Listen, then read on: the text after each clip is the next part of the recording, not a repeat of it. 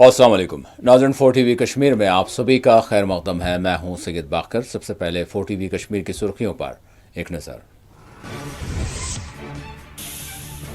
सहयूनियों के लिए ईरान ने ज़मीन तंग कर दी। तेल अवीव पर मिसाइलों की बरसात। इसराइली बंकरों में पनाह लेने पर मजबूर। जंग में कूदने से रूस ने अमरीका को किया खबरदार।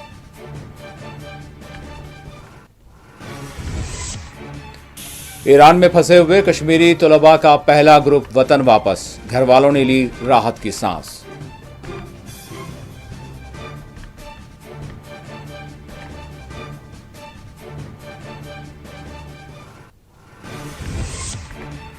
अमेरिकी सदर की पाकिस्तानी फौजी सरबराह की सताइश। मोदी जवाब दें। ट्रंप की मोदी से फोन पर बातचीत। कांग्रेस ने फिर उठाए सवाल।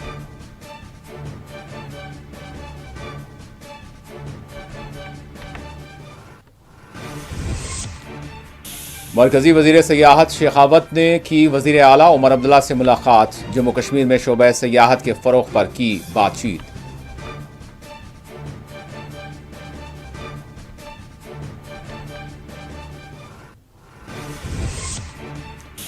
हरवनी बडगाम में अलमनाक वाकया। बोरवेल ट्यूब में 2 कमसिन बच्चे गिर पड़े। 6 साला भाई जां बहक, कमसिन बहन की हालत नाजुक।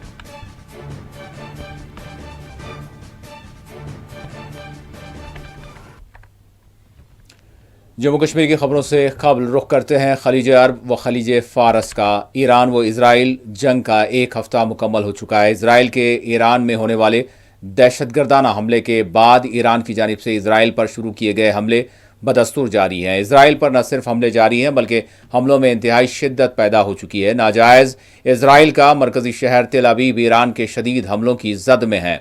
आज़ाद मीडिया रिपोर्ट्स के मुताबिक पिछले एक हफ्ते के दौरान इसराइल को माली नुकसानात से कहीं बढ़कर जानी नुकसान भी हुआ, जिसको वो जाहिर नहीं कर रहा है। पिछले 24 घंटों के दौरान ईरान की जानिब से न सिर्फ तेल अवीव बल्कि यरूशलेम पर भी ईरान ने मिसाइल बरसाए। ईरान ने मुनफरद सेजल मिसाइल का इस्तेमाल करते हुए न सिर्फ इसराइल को बौखलाहट से दो चार कर दिया है बल्कि दुनिया को भी हैरत से दो चार कर दिया है। सेजल मिसाइल 2000 किलोमीटर और इससे भी ज्यादा वार करने की सलाहियत रखता है। सेजल 2 मिसाइल ठोस किस्म के ईंधन से चलाया जाता है। सेजल मिसाइल बहुत कम वक्त में लॉन्च किया जा सकता है। सेजल दीगर मिसाइलों के बिलमुकाबिल ज़ायद ताकतवर और तेज़ रफ्तारी से आगे बढ़ता है। सेजल मिसाइल 5 ता 650 किलो वजनी वॉरहेड के साथ निशाना लगाने की सलाहियत रखता है।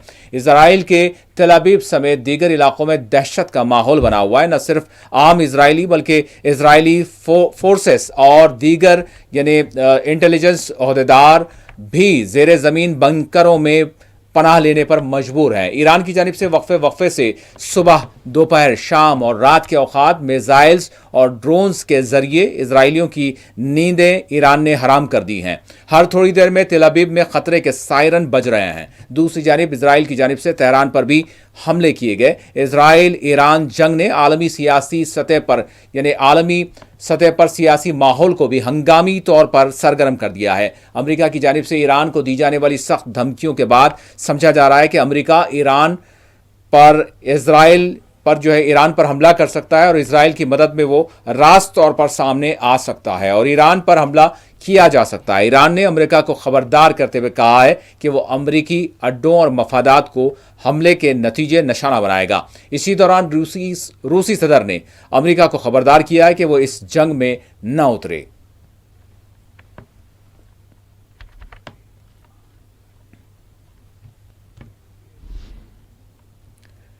ईरान में फंसे हुए कश्मीरी तलबा का पहला ग्रुप वतन वापस हो चुका है। आपको बता दें कि तेहरान में जारी कशीदगी के पेश नज़र वहाँ ज़ेर तालीम कश्मीरी तलबा के इनखला के सिलसिले में पहला ग्रुप आज बाहिफाजत वतन वापस पहुँच गया। इस ग्रुप में 9 कश्मीरी तलबा शामिल हैं, जिनमें श्रीनगर से ताल्लुक़ रखने वाली MBBS की तालिबा सबा रसूल भी शामिल हैं। इस हवाले से हुक्काम ने तौसीक़ की है और ये तलबा जैसे ही वतन वापस हुए, घर वालों ने यानी राहत की सांस ली।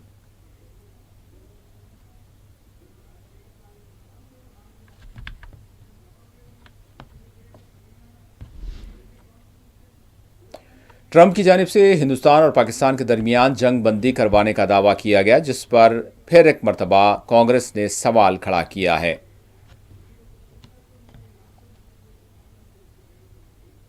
भाई देखिए, ऐसा है कि इस देश के प्रधानमंत्री की एक फोन पर बात हुई। इस देश के प्रधानमंत्री, इस देश की सरकार ने कहा कि उन्होंने आप ही के माध्यम से पता, दो टूक सुना दी, खरी खोटी सुना दी। हमें लगा बहुत बढ़िया। उसके कुछ ही घंटे बाद ट्रंप आते हैं और वो 15वीं बार कहते हैं कि मैंने वॉर रुकवाई है। वो असीम मुनीर को लंच दे रहे हैं। वो कह रहे हैं असीम मुनीर एक बेहद बढ़िया शख्स है। वो अब नरेंद्र मोदी का शहबाज शरीफ से नहीं, असीम मुनीर से समकक्ष दिखा रहे हैं। तो अपनी सरकार की, अपने देश की तौहीन होते हम नहीं देख सकते हैं। और हमारा मानना है कि मोदी जी ने जो खरी खोटी फोन पर सुनाई थी, वो सार्वजनिक रूप से सर्वदलीय बैठक में या सदन आके खरी खोटी सुना दे। क्यों नहीं सुना पा रहे हैं? मोदी जी घबरा क्यों जाते हैं? असलियत यह है कि मोदी जी झूठ बोलते हैं, वो लोगों से झूठ बुलवाते हैं, वो अच्छे खासे डिप्लोमैट्स का करियर तबाह करने पर तुले हुए हैं और बार बार उनका झूठ पकड़ा जा रहा है। लेकिन ट्रंप ने एक्सेप्ट तो किया कि दोनों देश के आपसी सहमति से सीज फायर हुआ है। अब अंग्रेजी को भी तोड़ मरोड़ के आप लोग सरकार के हिसाब से इंटरप्रिटेशन करिएगा, वो अलग बात है। बहुत बड़ा सवाल तो एक ही है कि सरकार ने जब कल वक्तव्य दिया, वो हिंदी में ही क्यों दिया, वो अंग्रेजी में क्यों नहीं आया? चाहे वो विक्रम मिश्री जी का हो, चाहे वो MEA का वक्तव्य हो।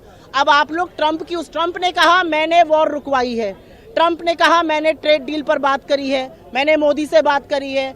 असीम मुनीर बहुत प्रभावशाली व्यक्ति थे उधर वॉर रुकवाने के लिए, और नरेंद्र मोदी और तमाम लोग इधर थे। इसकी अंग्रेजी जितनी मेरी समझ है, मुझे ये समझ में आया है। हो सकता है मीडिया को और सरकार को कोई दूसरी अंग्रेजी समझ में आ रही हो। मरकजी वज़ीर सियाहत ने आज वज़ीर आला जम्मू कश्मीर उमर अब्दुल्ला से मुलाकात की। वज़ीर आला उमर अब्दुल्ला ने मरकजी वज़ीर बराए सियाहत गजेंद्र सिंह शेखावत के साथ तफसीली इजलास में बातचीत की और जम्मू कश्मीर में सियाहत के फ़रोग़ के हवाले से तबादले ख्याल किया गया।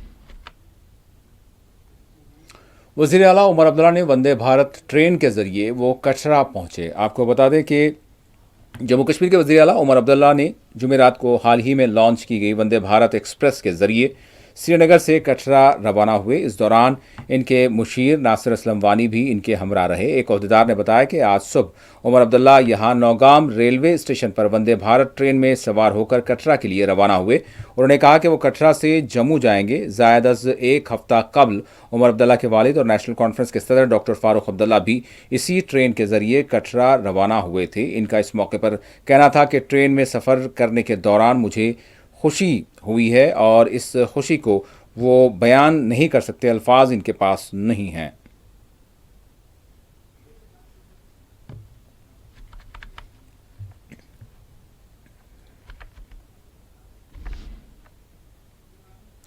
KLC फंडिंग के तहत गंगो पुलवामा में अंदरूनी सड़कों पर मैग्नेमाइजेशन का काम शुरू किया गया है। पुलवामा में गंगो इलाके के अंदरूनी सड़कों पर मैग्नेमाइजेशन का जुमेरात के रोज़ काम शुरू हुआ, जो मुकामी इंफ्रास्ट्रक्चर की तरक्की KLC का एक अहम कदम समझा जा रहा है। ये मनसूबा कश्मीर के लेजिस्लेटिव काउंसिल के फ़ंड के तहत चलाया जा रहा है और इसका बाकायदा आगाज़ पुलवामा के MLA वहीदुर रहमान पर्रा की मौजूदगी में किया गया।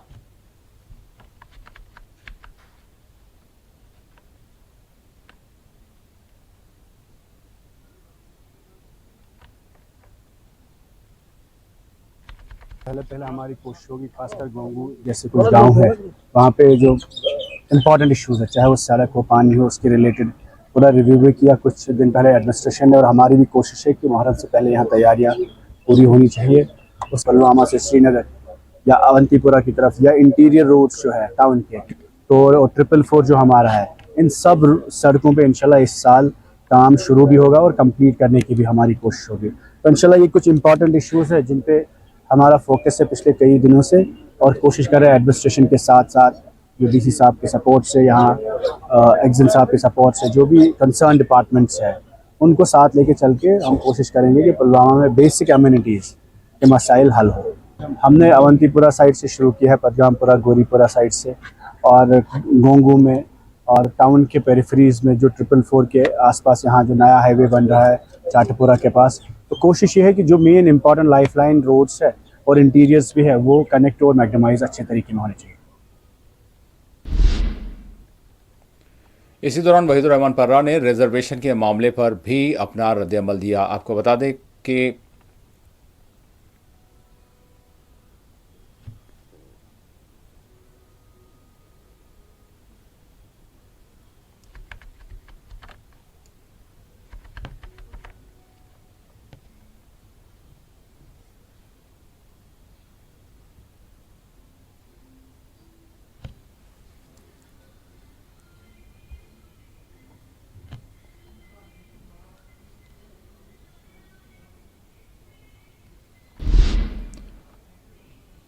राजपुरा के मेंबर असम्बली ने दादोरा में सड़कों के मैग्नमाइजेशन के काम का इफ्तिताह किया। राजपुरा के मेंबर असम्बली गुलाम मोहिउद्दीन मीर ने आज राजपुरा हलके के दादोरा इलाके में सड़कों की मैग्नमाइजेशन के काम का इफ्तिताह किया। यह इक़दाम इलाके में सड़क के बुनियादी ढांचे को बेहतर बनाने की जानिब एक बड़ा कदम समझा जा रहा है। इस मौके पर खिताब करते हुए उन्होंने हुकूमत के अवाम की ज़रूरियात को पूरा करने का अज़्म ज़ाहिर किया। उन्होंने कहा कि दाखिली और खारजी सड़कों की मैग्नमाइजेशन मुकामी लोगों का देरीना मुतालबा था और हुकूमत इस सिलसिले में सरगर्मी से काम कर रही है। उन्होंने कहा कि हम राजपुरा के मेंबर असम्बली ने कहा कि दादोरा में सड़कों के मैग्नमाइजेशन का जो काम है ये जिसका जो है मुतालबा मुसलसल किया जा रहा था, जिसको देखते हुए इस तरह के काम अंजाम दिए जा रहे हैं।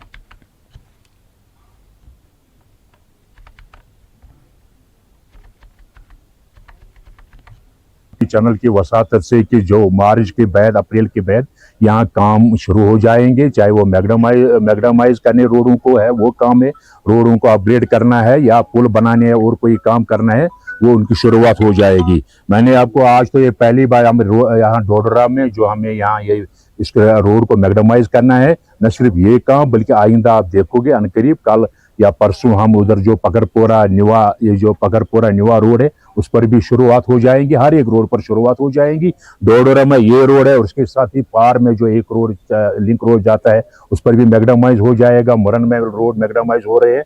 हर जगह पर चाहे CNT में चाहे पार्ट होल्स में हर का काम शुरू होने वाला है। ये जो महीने 1-2 महीने आने वाले हैं गर्मी के 2-3 महीने, इन 2-3 महीनों में आप देखोगे हर जगह काम शुरू हो जाएगा, मैग्नामाइज किया जाएगा, जो पार्ट होल्स उनको निकाला जाएगा और नए रोड भी तामीर किए जाएंगे। आप जो हमारे पुल आ रहे हैं दूरी और गुस्सू के दरमियान जिस पुल पर अनकरीब उसको उसका टेंडरिंग के प्रोसेस में वो चल रहा है और दूसरा वो द्रबगाम पायन का उसको वो भी टेंडरिंग प्रोसेस में चल रहा है और अनकरीब उन पर भी काम शुरू हो जाएगा। ये जो डेवलपमेंट का वादा हमने किया है हम उसको निभाने जा रहे हैं और इंशाल्लाह जो भी वादे किए हैं डेवलपमेंट के लिहाज से वो हर कोई काम हम करेंगे। देखिए, एक तो हम जो हमारा ऑनरेबल MLA है मीर साहब, इनका बहुत ही शुक्रगुजार है। आज जो यहाँ इंटीरियर में डोडरा की बात करूँ जो उसने इनाग्रेशन की है, एक तो इससे जो इंटीरियर जो सड़कें हैं जो लोगों के मुश्किलात रहते थे, जैसे यहाँ विंटर का मौसम होता था लोगों को आने जाने में बड़ी मुश्किलात होती है, और एक तो ये रोड इम्प्रूवमेंट होंगे, दूसरे जो गवर्नमेंट के हवाले से या जितने बड़े प्रोजेक्ट ऑनरेबल MLA ने कहा कि उनको भी बहुत जल्द काम शुरू होगा।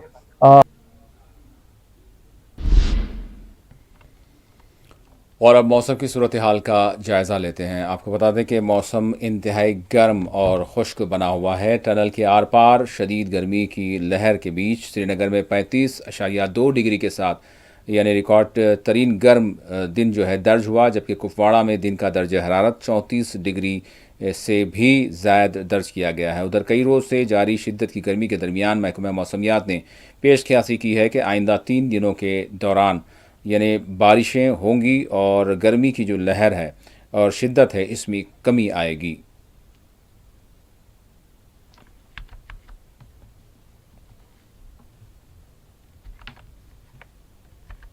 जी बहुत बहुत शुक्रिया। जैसा कि आप जानते हैं कि अभी 2-3 दिन से टेम्परेचर दोबारा राइज होना शुरू हो गए हैं और हीट वेव तो अभी नहीं कह सकते, लेकिन 3 to 4 डिग्री टेम्परेचर राइज चल रहा है। मैक्सिमम टेम्परेचर डे टेम्परेचर जो है राइज चल रहा है 2 दिन के लिए।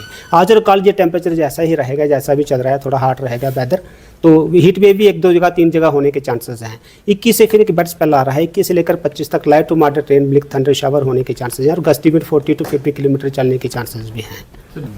जम्मू में भी सेम ही है, 21 से लेकर 25 तक light to moderate rain, thunder shower है और 1-2 जगह हैवी रेनफॉल होने के चांसेस भी हैं, 22 की नाइट में और 25 की डे में।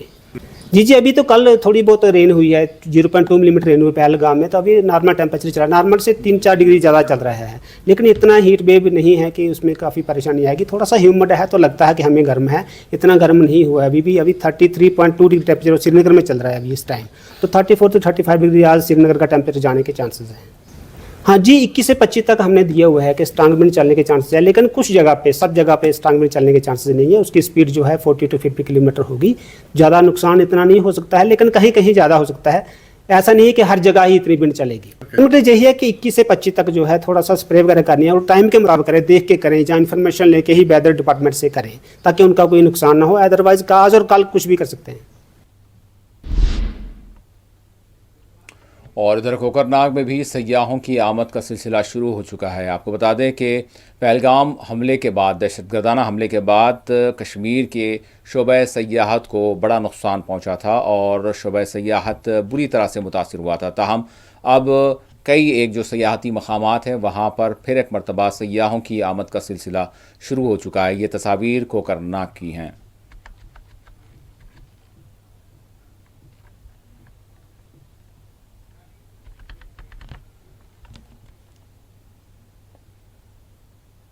People are amazing, atmosphere is amazing, everything is absolutely fine. I think there is no way to feel scary way, whatever happened done. So I think everyone has to come and enjoy this time and flourish this moment with all of you. कटपालिया Noida से आया हूँ और कोकरनाग घूम के काफ़ी अच्छा लग रहा है। यहाँ पे वादियाँ काफ़ी अच्छी हैं, पार्क भी बहुत बढ़िया है, यहाँ पे काफ़ी इन्जॉयमेंट रहा, पानी का फ्लो भी बहुत अच्छा और ठंडा पानी है।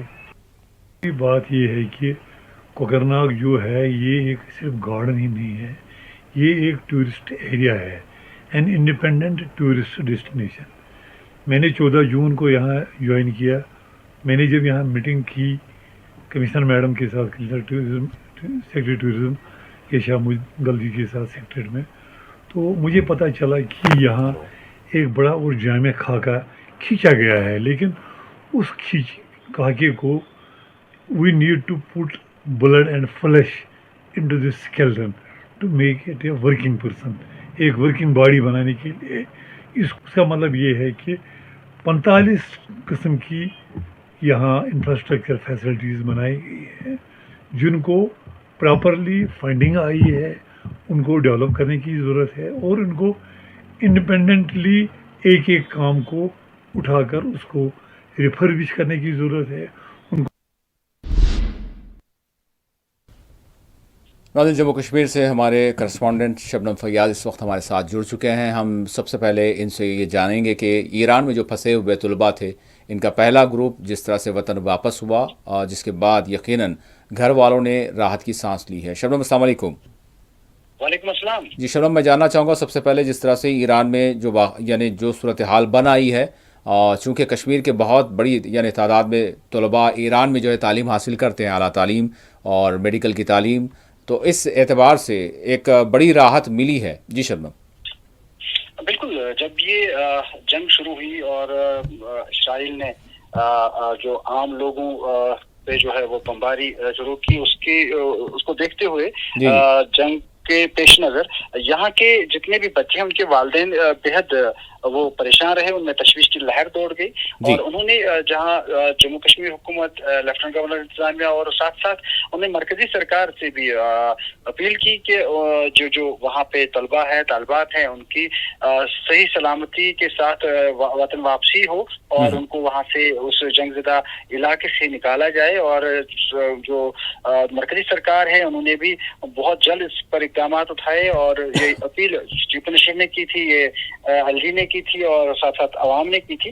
तो जब पहला दस्ता यहाँ उनका पहुंचा, वो तालिबात यहाँ पे पहुंचे, तो उसके बाद दूसरा, तो जाहिर सी बात है जो उनके वालिदैन हैं उनमें खुशी की लहर दौड़ गई और उनके बच्चे जब सही सलामत अपने घर पहुंचे तो वो सही सलामत रहे। लेकिन जितने भी बच्चों से बात की गई तो उन्होंने कहा किस तरह के भी हालात हों तो वो उनका ख्याल वहाँ पे रखा गया था और वो बेहद उस पे इत्मीनान उनके चेहरों पे साफ नजर आ रहा था। और जब लेकिन वो घर पहुंचे तो घर में उनका इस्तकबाल भी किया गया, क्योंकि घर में लोग जो है, उनके वालिदैन जो है, उनके रिश्तेदार जो है, वो काफी परेशान साफ नजर आ रहे थे। जी शबनम, मैं यहाँ पर ये भी जानना चाहूँगा कि यानी सयाहत के हवाले से ये खबरें सामने आ रही हैं कि अब वाकई जो है सयाह फिर से लौट रहे हैं। कोकरनाग की अभी हमने बात बताई, तो वाकई ये एक बहुत बड़ी मुस्बत, यानी हम ये खुशाइन बात हम इसको कहेंगे। तो क्या सारे इलाक़ों में हम देख सकते हैं कि पहलगाम वाक़े के बाद यानी जिस तरह से सयाह आते थे वही अब भी वैसे उसी तरह की आमद शुरू हो चुकी है, या अभी मज़ीद जो है इसमें यानी ज़्यादा होना चाहिए? और जी देखिए, जिस तरह तरह पहले यहाँ सयाहों की बड़ी तादाद रहती थी, सयाहती मकामात का सैर तफरी के लिए वो पहुंच जाते थे, उसमें अभी बहुत कमी है। ऐसा नहीं है कि सयाह उस तादाद में यहाँ पे आए हैं, लेकिन एक खुशाइंद बात यह है कि 8 मकामात पे या 16 मकामात, जिसमें 8 मकामात वादी के हैं, उनमें जो बंदिशें थी उनको हटाया गया। सिर्फ बैसरन और कुछ जगहों पे अभी इस तरह की जो है एकदम ये पाबंदी है, लेकिन बहुत सारे जो ऐसे सयाहती मुकामात है जो बंद पड़े थे उनको खोल दिया गया है। अगर की बात है, ये एक एतमाद लोगों में है, एतमाद मुल्की व गैर मुल्की सयाहों को में पैदा करने के लिए है, और वाकई तौर जो है सयाहों या मुकामी लोगों की आमद अब यहाँ शुरू हो चुकी है। और सबसे बड़ा जो है या अहम जो कदम जो है, जो यात्रा पुरअमन तौर उसकी पुरअमन जो यात्रा अच्छे तरीके से हो, उसके लिए जो इकदामात उठाए जा रहे हैं, चाहे वो सिक्योरिटी के हों, चाहे वो दीगर सहूलियात के हों, क्योंकि जब वो यात्रा शुरू हो जाएगी तो जो मुल्की व गैर मुल्की सयाह है उनमें भी एतमाद में इजाफा होगा। और तमाम लोग ये जानते हैं कि यात्रा के साथ ही यहाँ सयाहों की आमद में इजाफा होगा। लेकिन इतना जरूर है, चाहे वो मरकजी सरकार हो, LG इंतजामिया हो या मरदला की सरकार हो, तो हर एक को चाहिए, या मुकामी लोग हर एक को चाहिए कि जो भी सयाह यहाँ पे आए, इन सयाहती मुकामात पर बेहतर सहूलियात के साथ साथ उनकी हिफाजत और पुरअमन तौर ये जो सयाह यहाँ पे पहुंचे और वापस अपने घरों को लौटे, उनमें एतमाद पैदा करने के लिए सरकार के साथ साथ आवाम पर भी जिम्मेदारी है, और जो इस शोबे से जुड़े लोग हैं उन पे ज्यादा जिम्मेदारी है, क्योंकि उनका रोजगार इससे चलता है। तो कोशिशें हो रही है और कोशिशें शायद बहुत जल्द रंग भी लाएंगी, इसकी उम्मीद जताई जा रही है। शबनम, यहाँ पर मैं आखिरी सवाल करूंगा, वो ये है वंदे भारत ट्रेन के हवाले से। वज़ीर आला ने पहले तो फारूक अब्दुल्ला ने जो है इससे सफ़र किया था, और आज जो है वज़ीर आला ने जो है बाज़ाब्ता तौर पर सफ़र किया कटरा का ट्रेन से वंदे भारत। लेकिन एक यानी लोगों में जो एक मुतालबा था कि राज तौर पर यानी ट्रेन निकले अगर दिल्ली से, फिर जम्मू, फिर उसके बाद सीधे श्रीनगर पहुँचे, लेकिन अभी जो है कटरा जो दरमियान में है, तो इस हवाले से लोगों का क्या कहना, वो क्या किस तरह का मुतालबा और क्या उम्मीद की जा सकती है? जी देखिए, पटरी तो जुड़ी है, पटरी तो अब इस तरह की है कि आप एक ट्रेन मुल्क के कोने कोने तक जा सकते हैं। जी हाँ, सिक्योरिटी बुनियाद।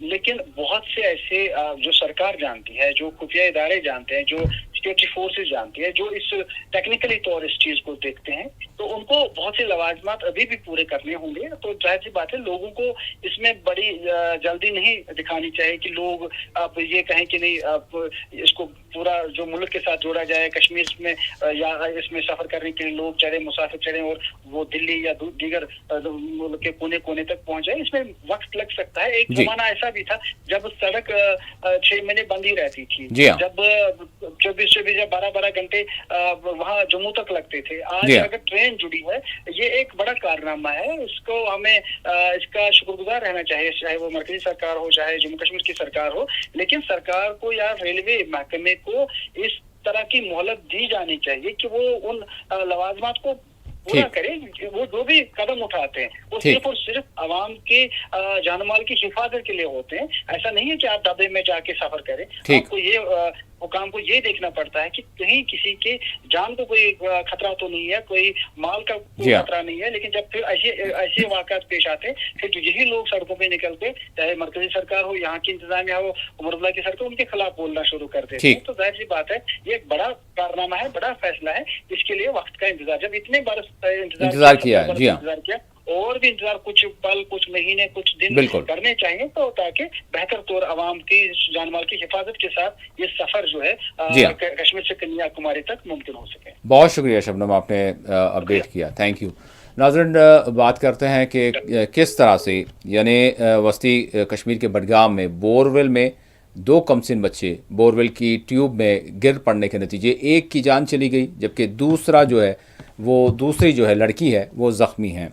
आपको बता दें, ज़िले बडगाम के खान साहब इलाके के हरवानी गांव में पेश आने वाले इस अफसोसनाक वाक़े में एक कमसिन बच्चा वो जो है जाँ बहक हो गया, जिसकी उम्र 6 साल बताई गई है, जबकि इसकी 5 साला बहन, उसकी हालत नाजुक बताई जा रही है, जो अस्पताल में ज़ेरे इलाज है। इस वाक़े ने मुकामी लोगों में गम व गुस्से की लहर पैदा कर दी है, और ये मुतालबा हुकाम से किया जा रहा है कि इस तरह की लापरवाही के ख़िलाफ़ जो है यानी एक्शन लिया जाए। आए रोज़ मुल्क भर में इस तरह के वाक़यात पेश आते हैं। पुलिस ने इस ज़िम्मन में मुकदमा दर्ज कर लिया है। आपको बता दें कि बच्चों की शनाख्त बासित अहमद खान 6 साल और जो ज़ख्मी लड़की है उसकी शनाख्त 5 साल ज़ैनब से की गई है।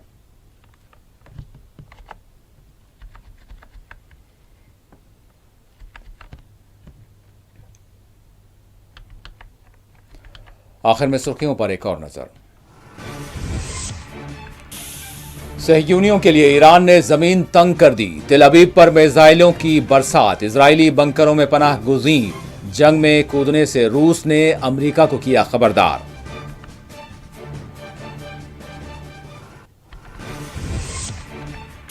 ईरान में फंसे हुए कश्मीरी तलबा का पहला ग्रुप वतन वापस। घर वालों ने ली राहत की सांस।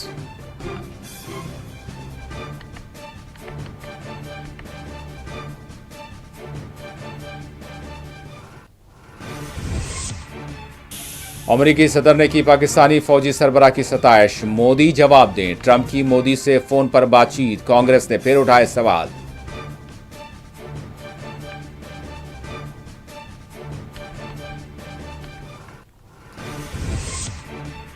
मरकजी वजीर सयाहत शेखावत ने की वजीर आला उमर अब्दुल्ला से मुलाकात। जम्मू कश्मीर में शोबे सयाहत के फरोग पर की गई बातचीत।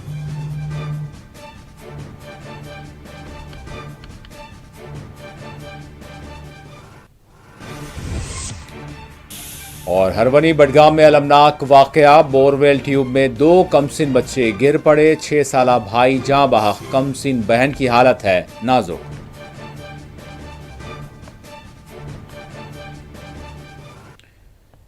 इसी के साथ 4TV कश्मीर का इख्तिताम होता है। अल्लाह हाफिज।